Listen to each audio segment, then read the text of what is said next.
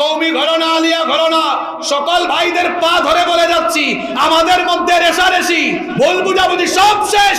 এক টেবিলে বসে চা খেয়ে, দেখেন নাই কালকে না আজকে একটা চিত্র দেখলাম, আজকেই তো মনে নাকি, জাতীয় উলামা মাশায়েখ আইম্মা পরিষদ দেখলাম সব ঘরানার আলেম, অনেকেই আজকে ফেসবুকে পোস্ট দিয়েছেন, বলতেছেন আমরা তো এমন চিত্রই দেখতে চাই।